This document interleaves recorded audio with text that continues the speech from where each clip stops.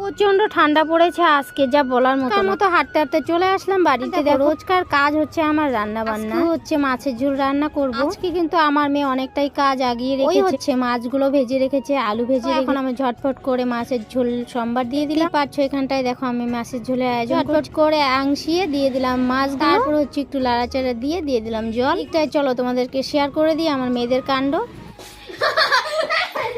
শীতের থেকে এসেছে আমার মেয়ে, শীতের থেকে এসেছে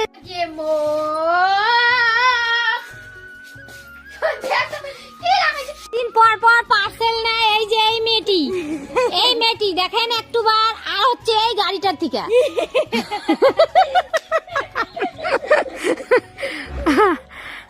আমার হচ্ছে নাতনি একটা জিনিস অর্ডার দিয়ে মা মিলে চলে গেলাম দেখার জন্য। আমরা সবাই মিলে ঘিরে ধরেছি, দেখছিলাম যে কি নিচ্ছে। তাই আমি ওনাকে জিজ্ঞেস করছিলাম এটা আবার দেখো। আমি দোকানে বসে ভয়েস দিচ্ছি যেন আবার বক্স চালিয়েছে। যাই হোক দেখো এখানটার থেকে চলে আসলাম। আমার কি কাণ্ড, ঝোল বসিয়ে রেখে চলে গিয়েছিলাম।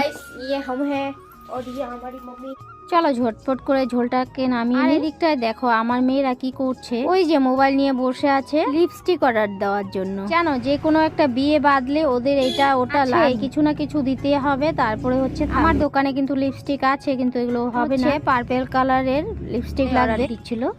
চলো এখন মেয়েদেরকে খাইয়ে দিব। আজকে দেখো অনেকটাই বেলা হয়ে গেছে, তো সকালবেলা আমি একটাও বাসন বুসন মাজি নাই। তো হচ্ছে আমার দোকানে অনেকটাই কাজ ছিল, তাই চলে আসলাম। আবার ওদেরকে খাইয়ে দিয়ে আমি খাবো, হচ্ছে সমস্ত বাসনগুলো মাজবো। তারপরে ওই যে আবার তো দোকানে যেতে হবে। আচ্ছা তোমরা বলো তো কারা কারা মেয়েকে এইভাবে খাইয়ে দাও? আমি তো এইভাবেই খাইয়ে দিই, কারণ হচ্ছে আমি যদি খাইয়ে না দিই তাহলে এইভাবে না খেয়ে থাকবে, না পেয়ে আমি কিন্তু খাইয়ে দিই ওদেরকে। আর কয়েকজন তো রাস্তা দিয়ে যাচ্ছিল, এত বড় মেয়েকে কেন খাইয়ে দিতে লাগে, আর করা যাবে বলো। যাক গে সেসব কথা। তো বন্ধুরা আজকের মতো আসছি, টাটা বাই।